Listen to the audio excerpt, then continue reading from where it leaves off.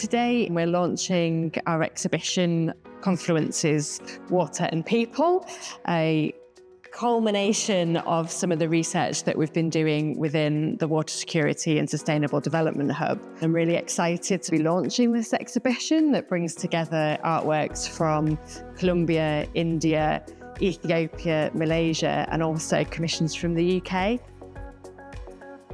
The arts are really important in addressing global challenges such as water security because they help us to connect with people and tell stories, and also help people to understand their own connections and that personal feeling towards things such as water and our natural resources. Water security and sustainability are hugely pressing issues. I think art and creative method help us understand the challenges, but they also help us come up with creative solutions. We have challenges of scarcity, we have challenges of population and access. And I think what art does is it helps us pause and it helps us think more meaningfully about some of the challenges that we face today.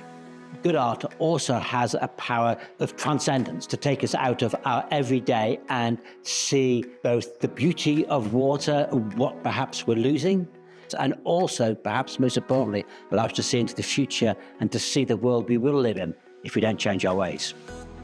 We're really thinking within our work about how people value water, not just as an economic good or an environmental factor, but how people really appreciate water in cultural, spiritual and artistic ways. And I think that's a beautiful connection that people worldwide have through water.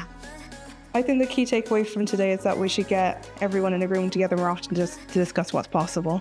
Environmental scientists are just as keen to draw in artists as artists are to draw in environmental science. As we know life today, if we don't have water, we don't have that life. We need to have not just interaction, but mutual respect and understanding to achieve what we all want to achieve. Collective action means a brighter future.